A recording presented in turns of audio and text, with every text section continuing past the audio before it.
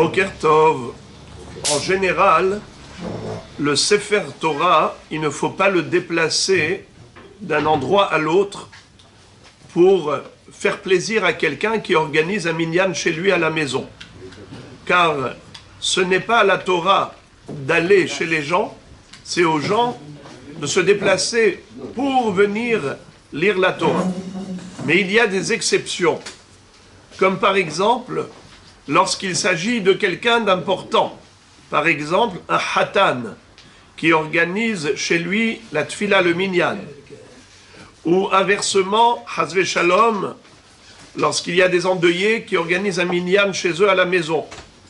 Dans ma Sechet Moed Katan, d'Avkafhet, on voit que l'endeuillé est comparé à un melech.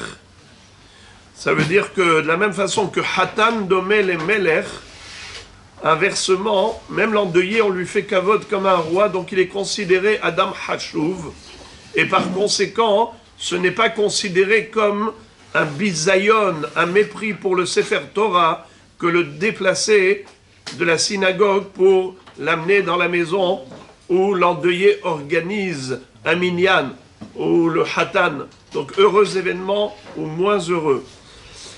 Ou tout simplement Adam Hashuv, quelqu'un qui est soit un grand gadol qui est arrivé en ville et on organise pour lui un minyan à la maison, ou même quelqu'un qui est Hashuv parce qu'il est riche, même ça montre que la Torah en fait, on ne la méprise pas, au contraire c'est un kavod qu'on fait à la Torah de l'amener dans un makom Hashuv.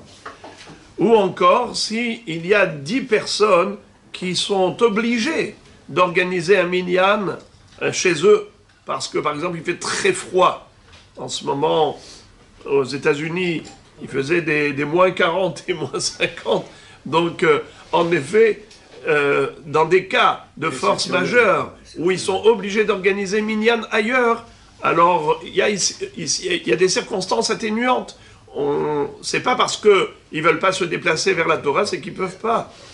Ou bien, par exemple, si il y a 10 personnes qui accompagnent le Sefer Torah au moment du déplacement. Alors dans ce cas-là, c'est permis.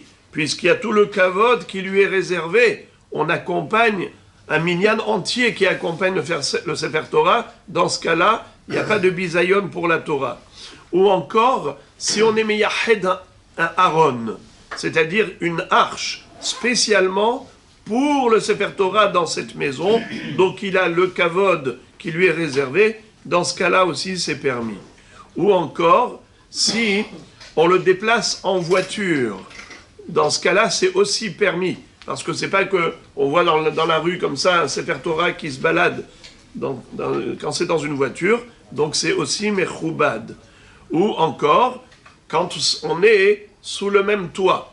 Par exemple, comme ici, nous avons le minyan d'en haut, le minyan d'en bas, le minyan d'à côté. Donc, étant donné qu'on est dans le même endroit, c'est pas considéré comme un shinui makom, un déplacement d'un endroit à l'autre.